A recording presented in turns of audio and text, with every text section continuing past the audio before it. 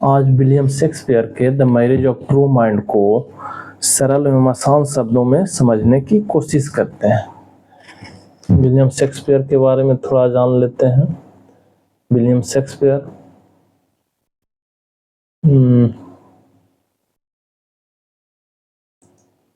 birth 1564 and his famous work are the following। famous work कौन कौन है? हेमलेट 1602, Othello 1604, King Lear 1605 and Macbeth 1606। He has written 154 sonnet in 3 groups known as quarto and published in 1609। William Shakespeare total 154 sonnet लिखे थे, जिसको 3 group में बांटा गया है और उसको क्वार्टो के नाम से जाना जाता है, जो 1609 में पब्लिश हुआ था।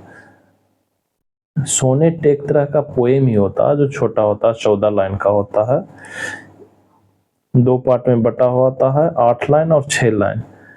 8 लाइन को ऑक्टेट बोलते हैं, 6 लाइन को सेस्टेट बोलते हैं।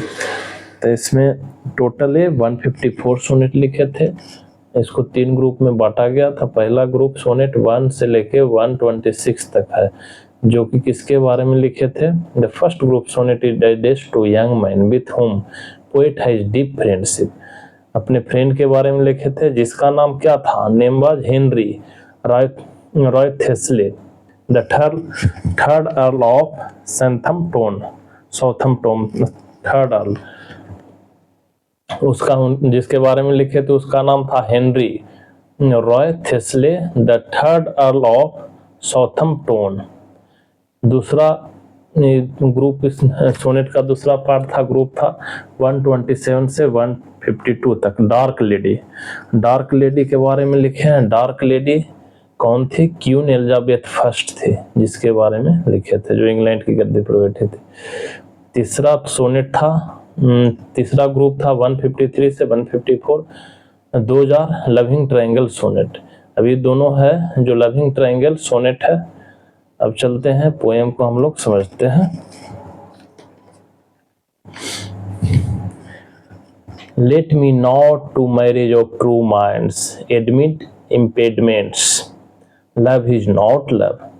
Let me not to the marriage of true minds admit impediments, love is not love. मुझे सच्चे मन की शादी में ना आने दो, बाधाओं को स्वीकार कर। यहाँ पर पोएट ने सीधे तौर पर मैरिज के रूप में फिगर ऑफ स्पीच का प्रयोग किया है। इसकी तुलना ट्रू लव और रियल लव से किया है। यहाँ पर पोएट कह रहे हैं कि ऐसा कोई कारण नहीं कि 2 लोग जो सच्चा प्यार करते हैं उन्हें एक साथ क्यों नहीं रहना चाहिए। शायद पोएट उस अनजान युवक के लिए अपनी भावनाओं के बारे में बात कर रहे हैं, जिसके लिए वह सोनेट लिखा, जिसके लिए पोएट ने सोनेट लिखा है। तो 116 सोनेट नंबर है, the marriage of true mind. तो इनके अपने फ्रेंड के लिए, हेनरी रॉय थेस्ले के लिए ये लिखे हैं। दूसरा लाइन में चलते हैं इसका। Which alters when it alternation finds O bends with the remover to remove। पर प्यार प्यार नहीं है जो तब बदल जाता है जब उससे परिवर्तन मिलता है, या हटाने के लिए हटाने वाले के साथ जुड़ता है। यहाँ पर शेक्सपियर अपने विचारों को जारी रखते हुए कहते हैं कि सच्चा प्यार सब पर विजय प्राप्त करता है। पोएट रीडर्स को बताते हैं कि अगर प्यार बदल जाता है और कोई इसे हटाने की कोशिश करता है तो कोई नहीं बदल सकता। ट्रू लव और रियल लव हमेशा के लिए बना रहता है। Next. Oh no, it is an ever fixed mark that look on tempest and is never shaken। अरे नहीं, यह तो हमेशा स्थिर रहने वाला निशान है जो तूफानों को देखता है और कभी भी नहीं डगमगाता है।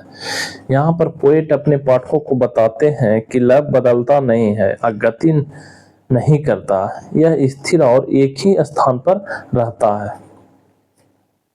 नेक्स्ट में है, It is the star to every wandering work whose birth unknown although his height be taken.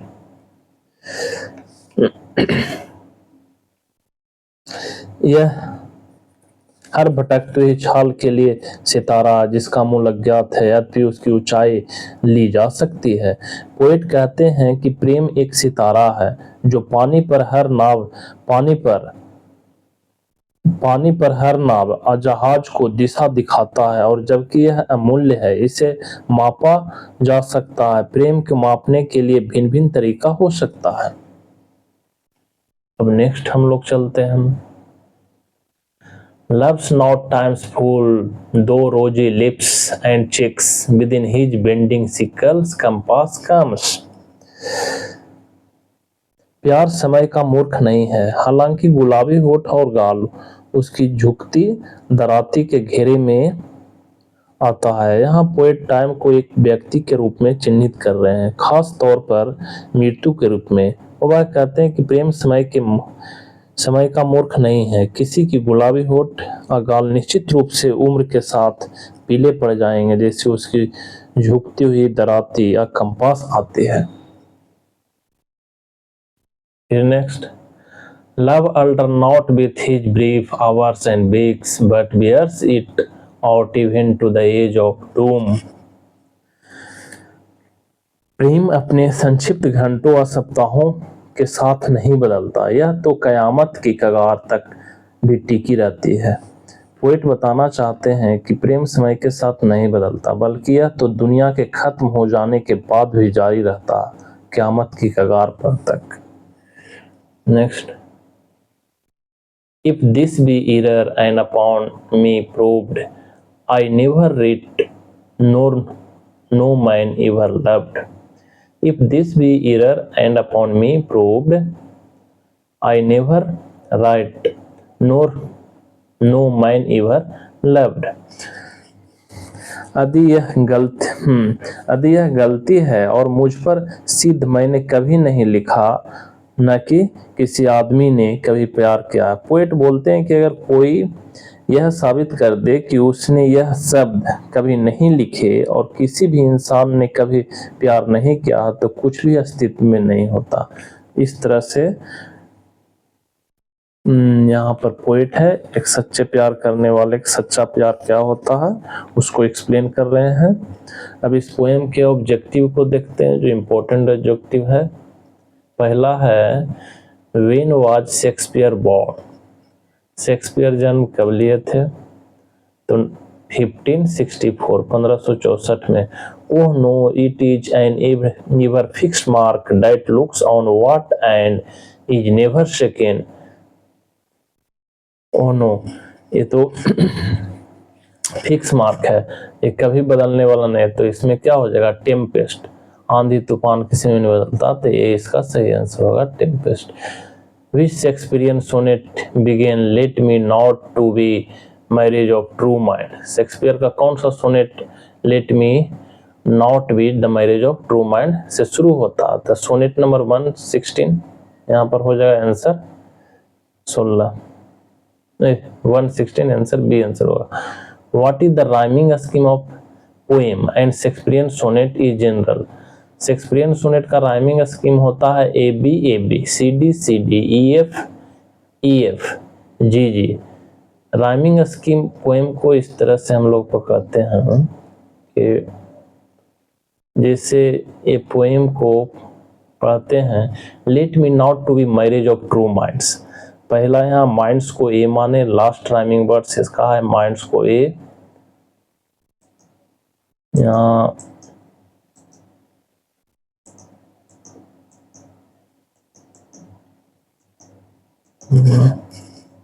Minds को ए माने, लास्ट में इसका है लव, लव को बी माने, फिर फाइंड्स।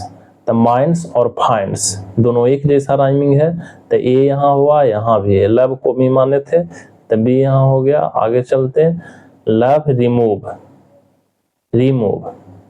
तो ए बी लव और रिमूव राइमिंग पैटर्न एक जैसा है, तो यहाँ बी इसका हो गया।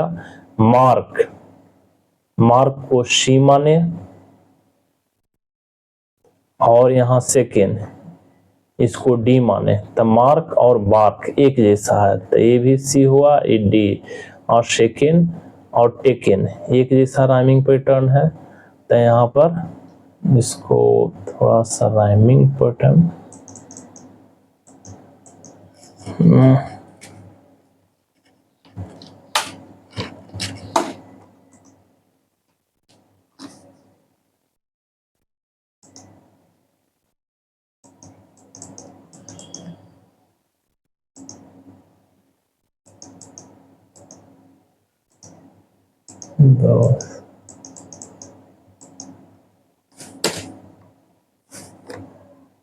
इसको राइमिंग पैटर्न में ए माने माइंड्स, लव दूसरा टर्म है, तो इसको बी माने फाइंड्स, एक जैसा है, इसको माइंड्स और फाइंड्स एक जैसा है, तो ये हो गया। उसके बाद लव और रिमूव यहाँ एक जैसा है, तो इसको बी माने। फिर मार्क ये अलग है सबसे, तो इसको सी माने राइमिंग पैटर्न को। सेकेंड ये भी अलग है, तो इसको डी माने। मार्क और बार्क एक जैसा है, तो इसको हम लोग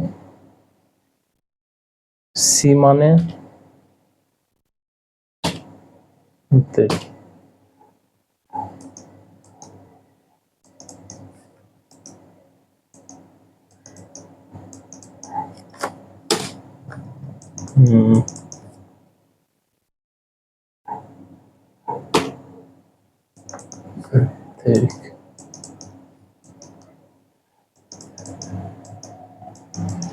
राइमिंग पैटर्न एक जैसा चल रहा है। ए माइंड्स लव को बी माने, फाइंड्स माइंड्स और फाइंड्स एक जैसा, लव और रिमूव एक जैसा, तो इसको बी माने। सी यहाँ हो गया मार्क और सेकेंड, इसको डी माने। फिर बार्क, मार्क और बार्क एक जैसा, तो सी माने। तो इसी तरह से इसका पैटर्न चलता है, तो शेक्सपियरियन पैटर्न हो जाएगा।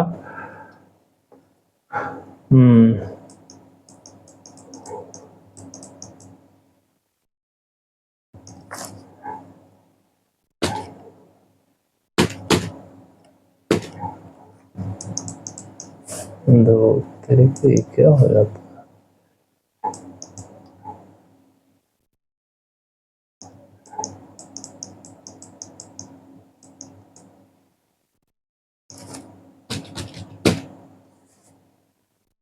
Shakespearean pattern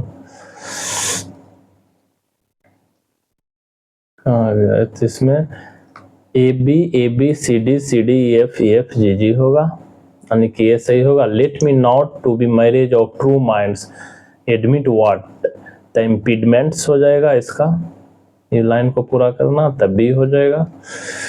love is not love which alters when it alternations find out bends with the remover to what, the remove हो जाएगा। एक पैटर्न लाइन को पूरा करना है, तो ए सही आंसर हो जाएगा।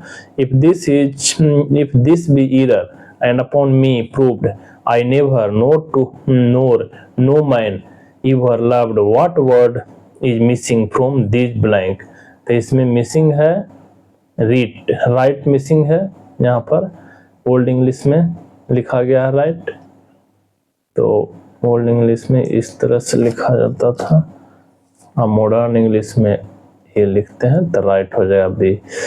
Late me not to be marriage of true minds is the favourite Shakespearean sonnet of what Jane Austen heroine according to a 1955 movie adaptation of novel. Let me not to be marriage of true minds, यहाँ पर जो poem sonnet है, इसी के अनुसार Shakespeare का जो sonnet है उसी में जेन ऑस्टिन का एक हीरोइन है, जो 1995 में एक मूवी आया था, उससे एडॉप्टेशन किया गया था जेन ऑस्टिन का, जिसमें एक कैरेक्टर का नाम है मेरियन डाइसूज, तो यहाँ पर इसका बी आंसर सही होगा 8 का।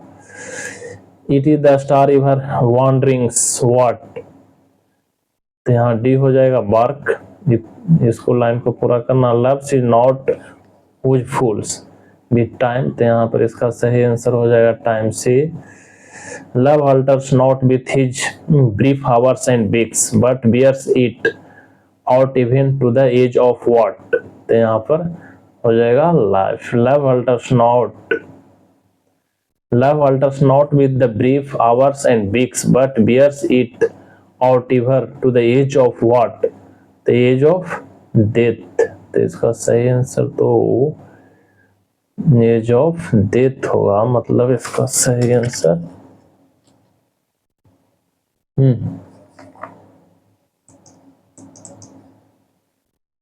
डी होगा, डेथ।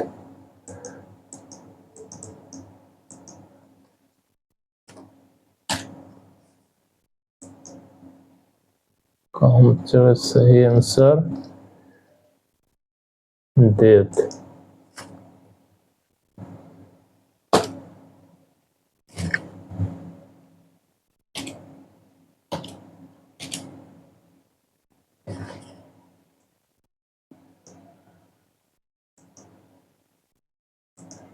उसके बाद है व्हेन वाज हेमलेट पब्लिश्ड, तो 1602। How many sonnet did Shakespeare write, कितना सोनेट शेक्सपियर लिखे हैं, 154।